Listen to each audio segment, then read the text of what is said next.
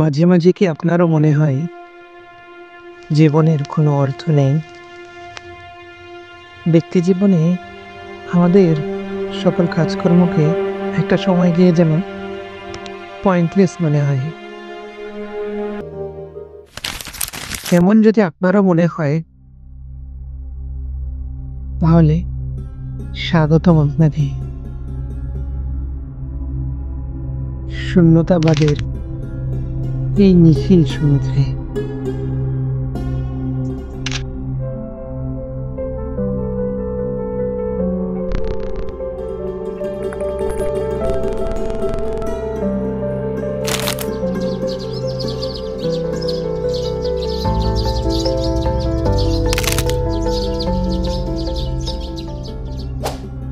Nihilism শব্দটি এসেছে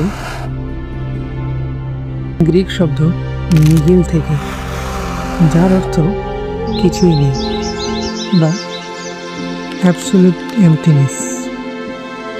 আর একটু সহজভাবে বলতে গেলে নিহিলিজম বলতে বোঝায় life or the universe has no inherent meaning, purpose or value. নিহিলিজমের জনক হলেন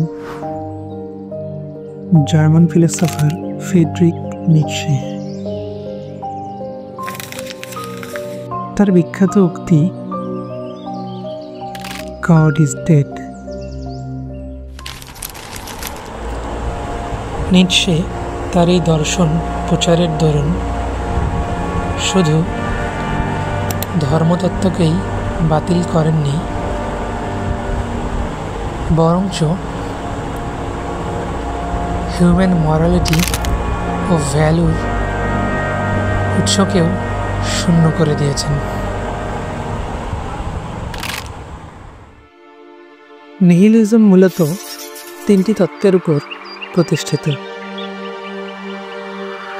life has no true meaning, morality doesn't exist, they're just man-made, there is no religious value.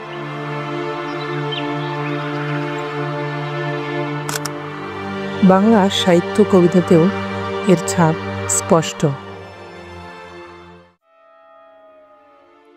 হাজার বছর ধরে আমি পথ হাঁটিতেছি পৃথিবীর পথে, সিংহল সমুদ্র থেকে নিশীথের অন্ধকারে মালয় সাগরে অনেক ঘুরেছি আমি। শুনছিলাম অভিনেতা সৌমিত্র চট্টোপাধ্যায়ের কণ্ঠে বিখ্যাত কবি জীবনানন্দ দাশের বনলতা সেন কবিতার পদ্যাংশ। হাজার বছর ধরে পৃথিবীর বুকে কবির পথ চলা যেন